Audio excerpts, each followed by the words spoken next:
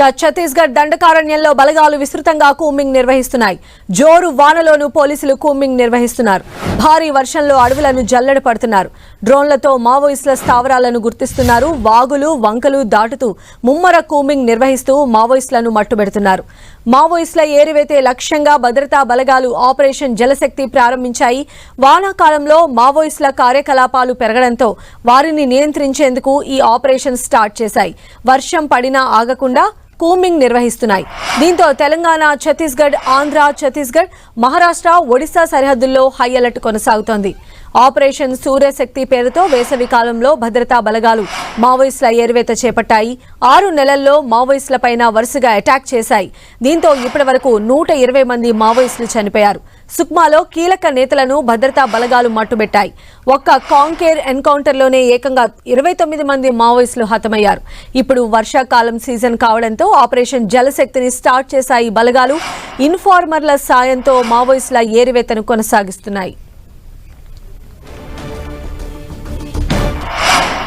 దీనికి సంబంధించిన మరింత సమాచారం మా ప్రతినిధి సైదులు మనకు అందిస్తారు. సైదులు, సంజయ్, దండకారణ్యంలో మావోయిస్టులను ఏరివేతే లక్ష్యంగా అటు రాష్ట్ర ప్రభుత్వం, కేంద్ర బలగాలు పనిచేస్తున్నాయి. మనం చెప్పుకో ప్రధానంగా మావోయిస్టుల ఏరివేతకు సంబంధించి జలశక్తి అనే పేరుతో మొత్తం కుండపోత వర్షం కురుస్తున్నప్పటికీ కూడా వర్షాన్ని వాగులు వంకలు కూడా లెక్క చేయకుండా దాటుకుంటూ మావోయిస్టుల స్థావరాలపై దాడులు కొనసాగిస్తున్నాయి. మనం చూస్తున్న విజువల్స్ లో జోరు వానలో కూడా బలగాలు ప్రత్యేకించి పూర్తి స్థాయిలో కూడా మావోయిస్టు స్థావరాలుగా ఉన్నటువంటి అబుజ్మడ్ కావచ్చు, పువర్తి లాంటి చోట ప్రాంతాల్లో కూడా చొచ్చుకొని పోయే పరిస్థితి ఉంది. అక్కడికి పూర్తిగా ఆధిపత్యంలోకి, అంటే పోలీసుల ఆధిపత్యంలో కూడా మావోయిస్టు ప్రభావిత ప్రాంతాలు కూడా చేరుకున్న పరిస్థితి అయితే కనిపిస్తుంది.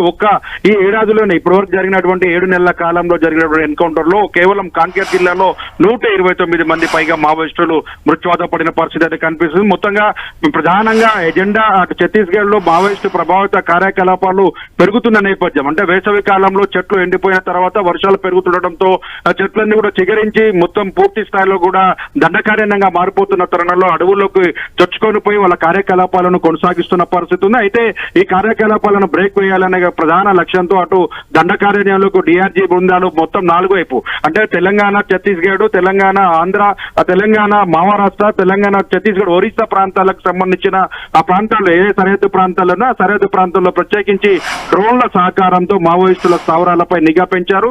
ఇప్పుడు మన విజువల్స్ లో చూడొచ్చు డ్రోన్లు ఎలా ప్రయోగం చేస్తున్నారు. వాళ్ళకు మొత్తం చొచ్చుకొని పోతున్న పరిస్థితి అయితే కనిపిస్తుంది. ఇక్కడ మావోయిస్టులకు రెస్ట్ ఇచ్చే పరిస్థితి కూడా కనిపించడం లేదు.